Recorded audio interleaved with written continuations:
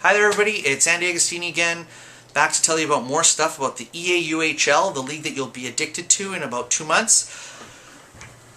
Just going to go back here, and I just wanted to give you guys a couple of tips and hints on the actual how to run a team.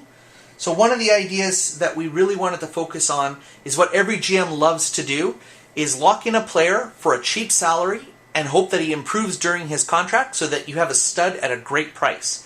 So one of the ways you can do that in our game is you have contract cards. And these contract cards, as you can see, he has 12 on his contract. You want to put rare contract cards, and they range from 25 to 80 games.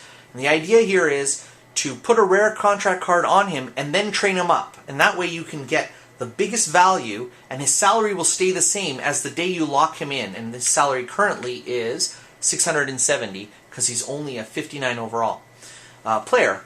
But if you should train him up to be an 85 overall or a 90, he would actually be able to stay at 670 for the life of his contract. Now, of course, like every player, as soon as his contract comes up, he'll want to get paid. So you always have to be dealing with players changing their salaries depending on how you've grown them.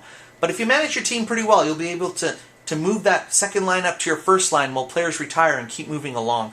So you're really going to be focusing on that aspect of this. So that's a really good tip.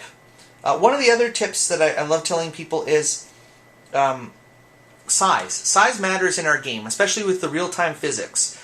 So as you can see, Quinnell here from the Peterborough Petes is only 5'9" and 195 pounds. That's not bad for size, but he's a little small. But I like looking at the players that are 6'1" and 2. They can just take a hit a little bit better. So having these young kids that are a little bit bigger is actually going to probably be a bigger impact for your team, as they'll be able to give out a little bit as much as they're going to take, being that they're younger and a little smaller. So having Chris Pronger obviously is your ultimate player to go and knock people around, but growing a young kid that's 6'3" and 190 pounds, yeah, he'll be able to bruise people up once you train him up properly. So that's just a couple tips in the EAUHL. Lots of depth and lots of different ways to build your team. And I just wanted to bring these out to you. Thanks. Bye.